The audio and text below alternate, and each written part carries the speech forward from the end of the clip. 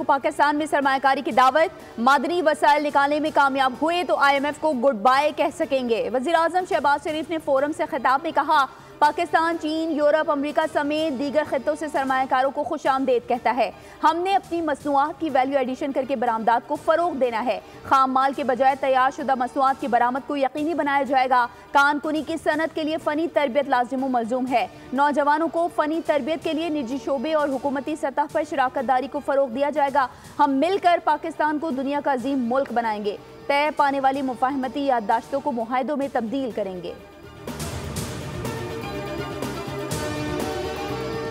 और मायूसी की कोई गुंजाइश नहीं, अवाम के पैरों तले मादनी ज़खायर, हाथों में महारत है। मुझे पुख्ता यकीन है कि पाकिस्तान आलमी मादनी मईशत में एक रहनुमा के तौर पर उभरने के लिए तैयार है। 2 रोज़ा पाकिस्तान मिनरल्स इन्वेस्टमेंट फोरम 2025 का आगाज़।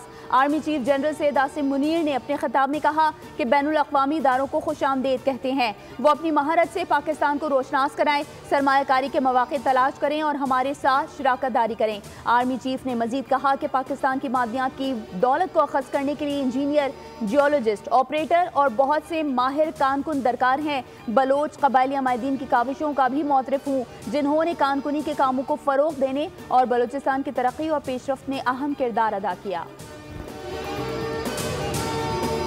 50 साल से हमारे सियासी स्पेस को कम से कम किया गया। कराची में मुसलसल ज़्यादतियों का मुस्तकिल हल तलाश किया जाए। सिंध के शहरी इलाकों को तनहा नहीं छोड़ेंगे।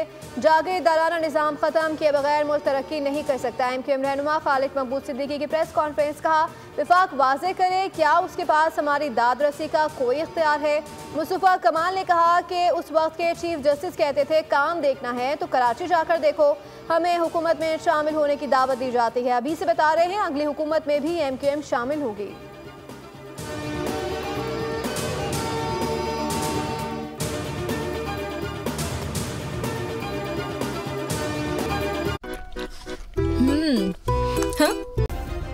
सब्सक्राइब करें और बेल दबाएं ताकि कोई खबर रह न जाए।